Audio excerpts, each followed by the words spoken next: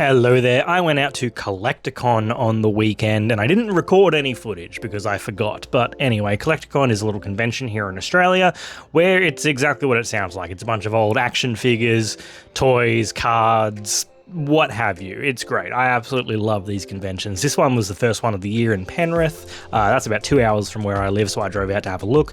But the main thing I go out there for is to look for Star Wars stuff, mainly Star Wars Black Series. Now the thing is, I've kind of tapped out the market for second-hand Black Series in the area. I'm going there and I'm not really finding a whole lot of new stock. Nearly everything there is either something I already have or something that I have no interest in. But I'm just going to go through what I got, because one of the things that I got was not quite a Grail for me. I don't know, it might be, but it might not be.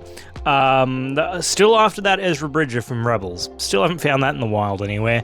But the one I got that is potentially a Grail, I'll talk about it in a minute. Anyway, I did pick up some pins for the pin board, which you guys can't see because it's on the wall here, so the camera doesn't hit it, so I'll just have to show you.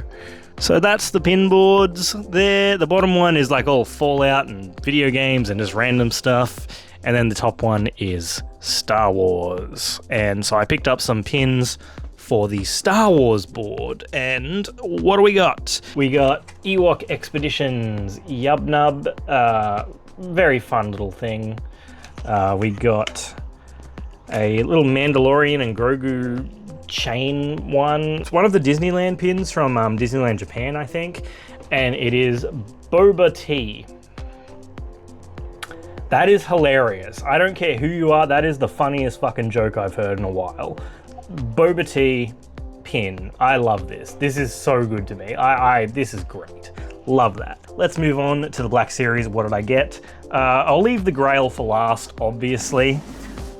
But the one I got first at the convention was one that, honestly, I'm not really like, oh, I needed this. This was a must-have. But this was one that I was like, hey, if I see this, I'll definitely pick it up because I do think it's funny. I've been going back and reading the original Star Wars comics, the ones that were coming out in 1977. The first 6 comics in that series are just a retelling of A New Hope, and then from issue 7 onwards, it goes off in its own direction and goes on some wild things. And one of the early arcs is an arc with Han Solo and Chewie basically doing a 7 samurai thing. A village is under attack by some people, so they put together a crew to defend them all, and one of the characters that they get is named Jackson, and that is Jackson.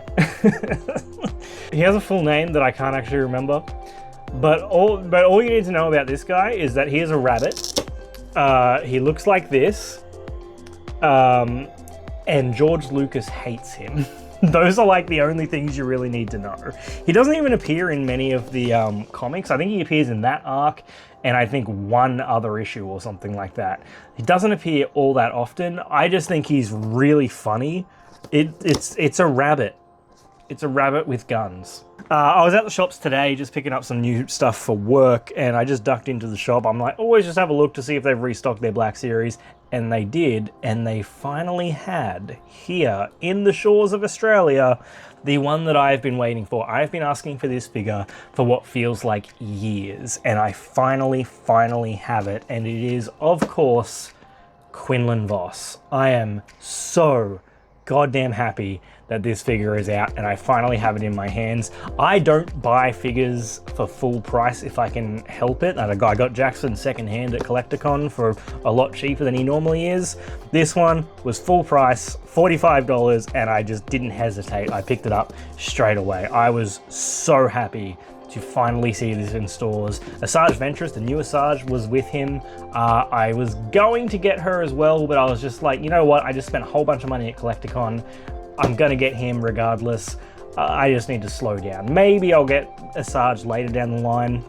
There's another collector convention, not this weekend, but the weekend after. So maybe if I go out and I see her, I'll grab her there. But my God, I am so happy to finally have Quinlan Vos. This is one that I've been asking for so long, and when it finally got announced, I was just like, oh my God, I have to think of a new figure that I want, which is now Keller and Beck. Anyway, Quinlan Vos, super happy to get. Now we get on to the Grail, not Grail piece, which you might find it a little bit weird that this is a Grail piece, but it's just something that I really, really wanted. And I've had an eye on it for a while online, and it's expensive, especially here in Australia, because this was a San Diego Comic-Con exclusive. Now, this was shown off at Hasbro PulseCon in 2020, which, if you remember, was all digital, because this was in the dark times of COVID during the lockdowns.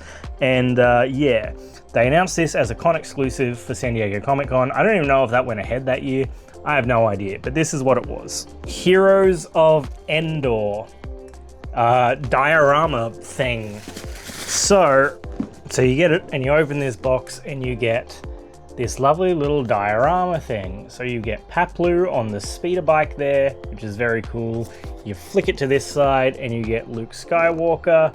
Sorry that all the lights are going to be like sort of showing up here, but you get Luke Skywalker on this side, and then you go to the other side, and you have Han and Leia.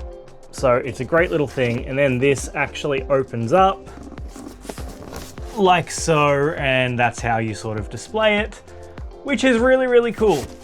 I was so happy to find this, and for a price that I think was quite reasonable. I don't know. It was more reasonable than the one I had up on the screen before. I did pay about $160 for it, which not bad, not terrible. Could I have found it cheaper? Maybe. I wanted to buy one off someone about 2 years ago, and they pulled out of the sale pretty much at the last minute. So I don't know. I just saw it and I was eyeing it off all day, and I was just like, no, I don't know if I really want to buy it. They were asking $200, and I sort of talked them down to $160 after a little bit. So I don't know, but I'm so happy I got this. I am over the moon that I got this. Return of the Jedi is my favorite Star Wars movie. I think Empire is the best, but Return of the Jedi has been my favorite. It's been my favorite since I was a kid. It was always the one I watched the most. I just am over the moon to have this. Now the question is, I am an out-of-box collector. I open up most of my stuff. The only other thing I haven't opened up is the Ronin one that I got from Celebration last year, just because the box is so nice. I just love the box. The guys are, excuse me. The guys are still in there. The droid and the Ronin. I don't know.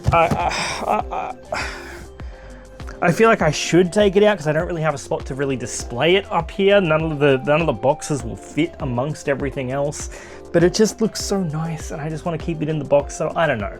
Haven't decided what I'm going to do yet, but yeah, that's what I got at CollectorCon, and geez, I'm just so happy to get that Battle of the Heroes of Endor thing. I'm really excited about that. Those figures did come out in the main line, I believe, a year later or something like that, so I could have just bought them individually in that, but it was this thing that I just really had my eye on, and as a collector, it was just a joy to see that at an Australian convention, because again, San Diego Comic-Con exclusives, they don't often find their way over to our shores, and when they do, they're very expensive. So I think I hit a jackpot with this, personally.